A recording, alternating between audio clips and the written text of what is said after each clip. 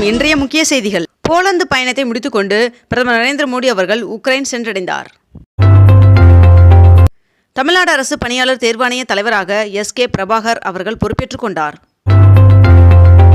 குற்றாலம் பேரருவியில் குளிக்க அனுமதி வழங்கப்பட்டுள்ளது. சென்னையில் இன்று 22 கேரட் ஆபண தங்கத்தின் விலை சவரனுக்கு 160 ரூபாய் குறைந்து 1 சவரன் 53,280 ரூபாய்க்கு விற்பனையாகிறது. அதேபோல் 1 கிராம் வெள்ளியின் விலை 91 ரூபாய் 70 பைசாவாகவும் விற்பனை செய்யப்பட்டு வருகிறது. தமிழகத்தில் மாநகர போக்குவரத்து கழகத்திற்கு 300 கோடி ரூபாய் ஒதுக்கீடு செய்ய உத்தரவிடப்பட்டுள்ளதாக தகவல் வெளியாகியுள்ளது. மாவட்ட கல்வி அலுவலரிடம் அனுமதி பெற்ற பின்பே பள்ளிகளில் சிறப்பு முகாம்கள் நடத்தப்பட வேண்டும் என்று அமைச்சர் அன்பில் மகேஷ் அவர்கள் தெரிவித்துள்ளார். வடலூர் வள்ளலார் சத்திய ஞான சபைக்கு சொந்தமான 27 ஏக்கர் நிலத்தை அடையாளம் காண சிறப்பு குழு அமைக்க கடலூர் ஆட்சியருக்கு ஹைகோர்ட் உத்தரவிட்டுள்ளது.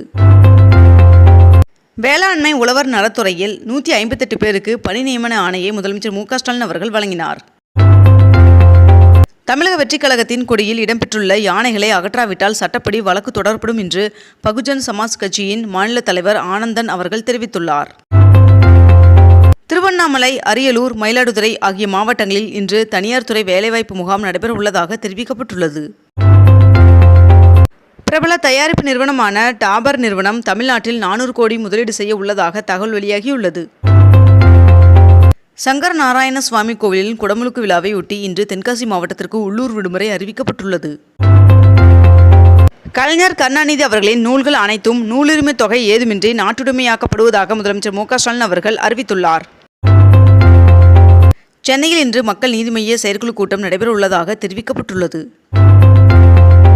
வருகின்ற அக்டோபர் 1ஆம் தேதி முதல் இந்தியா, அமெரிக்கா, ஆஸ்திரேலியா உள்ளிட்ட 35 நாடுகளை சேர்ந்தவர்கள் இலங்கை வர விசா தேவையில்லை என்று இலங்கை அரசு அறிவித்துள்ளது. முதலமைச்சரின் ஆராய்ச்சி ஊக்கத்தொகை திட்டத்தில் தேர்வு செய்யப்பட்ட 120 மாணவர்களுக்கு 25,000 ஊக்கத்தொகை பெறுவதற்கான ஆணையை முதலமைச்சர் மு.க. ஸ்டாலின் அவர்கள் வழங்கினார். இந்தியா மற்றும் இங்கிலாந்து அணிகளுக்கு இடையிலான டெஸ்ட் தொடருக்கான அட்டவணை வெளியிடப்பட்டுள்ளது. குரங்கம்மைக்கு சிகிச்சை அளிக்க சென்னை, திருச்சி, மதுரை, கோவை ஆகிய அரசு மருத்துவமனைகளில் தலா 10 படுக்கைகளுடன் தனி வார்டு அமைக்கப்பட்டுள்ளது என்று அமைச்சர் மா. சுப்பிரமணியன் அவர்கள் தெரிவித்துள்ளார். புதிதாக பொறுப்பேற்றுள்ள தலைமை செயலாளர் முருகானந்தம் அவர்கள் தமிழ்நாடு ஆளுநர் ஆர்.என். ரவி அவர்களை நேரில் சந்தித்துள்ளார். அனைத்துலக முத்தமிழ் முருகன் மாநாடு பழனியில் வருகின்ற 24 மற்றும் 25 ஆகிய தேதிகளில் நடைபெற உள்ளது. அமெரிக்க பாதுகாப்புத்துறை அமைச்சர் அழைப்பின் பேரில் இன்று முதல் வருகின்ற 26ஆம் தேதி வரை மத்திய அமைச்சர் ராஜ்நாத் சிங் அவர்கள் அமெரிக்காவிற்கு அரசுமுறை பயணம் மேற்கொள்ள உள்ளதாக தகவல் வெளியாகியுள்ளது. திமுக தலைமை நிலைய செயலாளர் பூச்சி முருகன் அவர்கள் நடிகர் ரஜினிகாந்த் அவர்களை சந்தித்து கலைஞர் நினைவு நாணயத்தை அன்பளிப்பாக வழங்கியுள்ளார். தமிழக அமைச்சரவையில் இன்று மாற்றம் செய்யப்படலாம் என்று தகவல் வெளியான நிலையில் அமைச்சரவை மாற்றம் குறித்து எனக்கே தகவல் இல்லை என்று முதலமைச்சர் மு.க. ஸ்டாலின் அவர்கள் பதிலளித்துள்ளார்.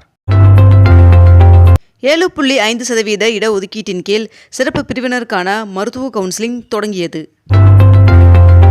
நடிகர் விஜய் அவர்கள் தமிழக வெற்றிக் கழகம் என்ற பெயரில் கட்சி ஆரம்பித்த நிலையில் தற்பொழுது கட்சி கொடி மற்றும் கட்சி பாடலை அறிமுகம் செய்து வைத்துள்ளார்.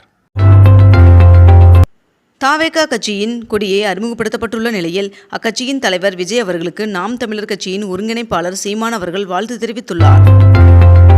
சென்னை வாரத்தை முன்னிட்டு வருகின்ற 29ஆம் தேதி வரை சென்னையின் வரலாற்றை விளக்கும் வகையிலான கண்காட்சி சென்னை எழும்பூர் அருங்காட்சியகத்தில் நடைபெறுகிறது. இத்துடன் இன்றைய தலைப்புச் செய்திகள் நிறைவடைகின்றன. மேலும் இதுபோன்ற அண்மை தகவல்களை உடனுக்குடன் தெரிந்து கொள்ள அக்னிபூ சேனலை சப்ஸ்கிரைப் செய்து கொண்டு தொடர்ந்து இணைந்திருங்கள். நன்றி, வணக்கம்.